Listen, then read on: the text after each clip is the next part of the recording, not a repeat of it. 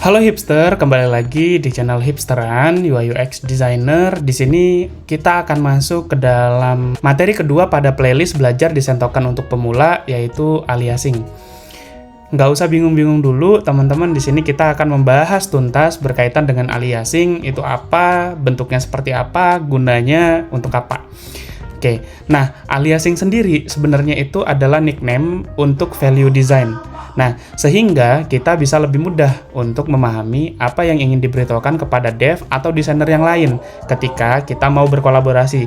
Jadi ini sangat memudahkan kepada dev atau desainer yang lain ketika kita ingin berkolaborasi. Bisa dibayangkan teman-teman, kalau tidak ada aliasing, kita ingin mengubah warna primary dan lain sebagainya, kita bisa menyebutkan dengan FC-A4DO, dan ini bisa saja salah ya, karena satu heksa saja yang tipe itu bisa mengubah banyak hal. Nah, aliasing sendiri di sini berguna untuk nickname ya. Jadi gunanya untuk nickname supaya gampang dipahami oleh dev atau desainer. Kalau kita lihat aliasing yang sebelah mana sih dari gambar ini?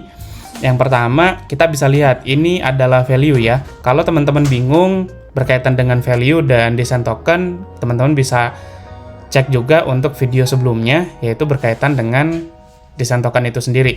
Nah, selanjutnya di sini ada kategori, subkategori, dan subkategori.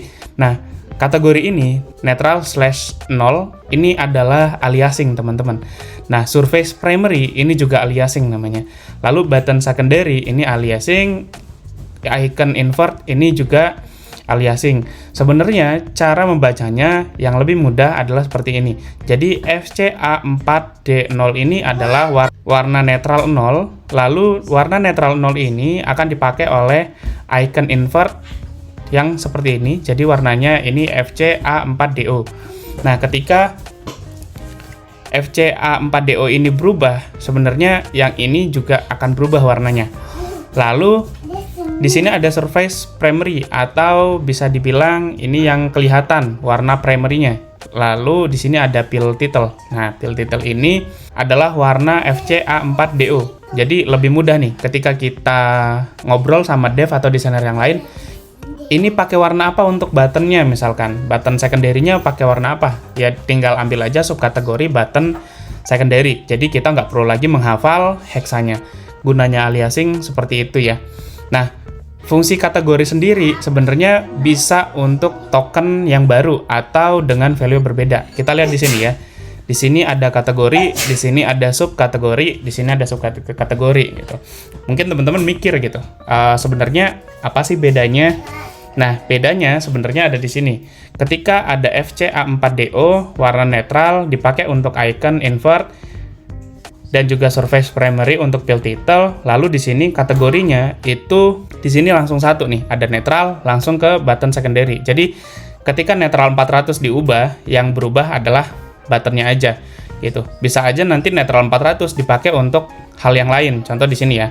Netral 0 bisa dipakai untuk button, fill title, dan juga icon. Sedangkan di sini sudah dibedakan nih antara fill title, icon, dengan buttonnya. Jadi sebenarnya kategori itu berfungsi untuk membuat token baru dengan value yang berbeda. Nah, seperti ini.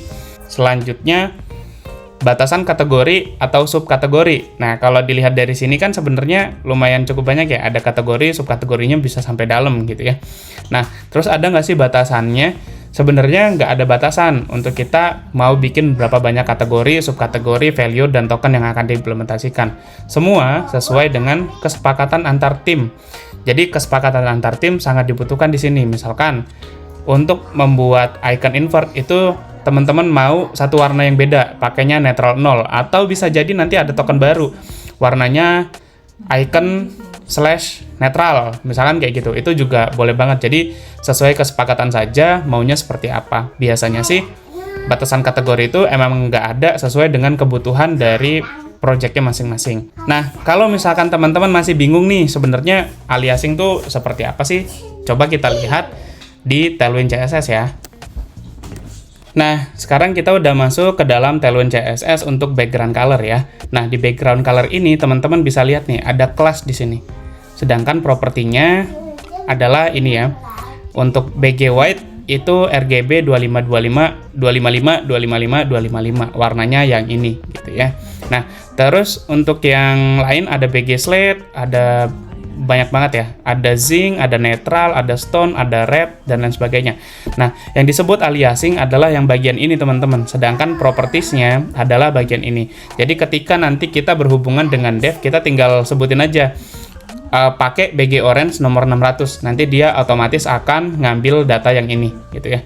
Jadi sesimpel itu, dan sebenarnya untuk penggunaannya di dev itu seperti itu. Nah, masih tertarik dengan desain token? Bisa lanjut ke video selanjutnya ya teman-teman, ada mengenai token organization. Nah, ini kita akan belajar bagaimana caranya mengorganisasi token dan juga bagaimana caranya kita belajar mengenai token ordering.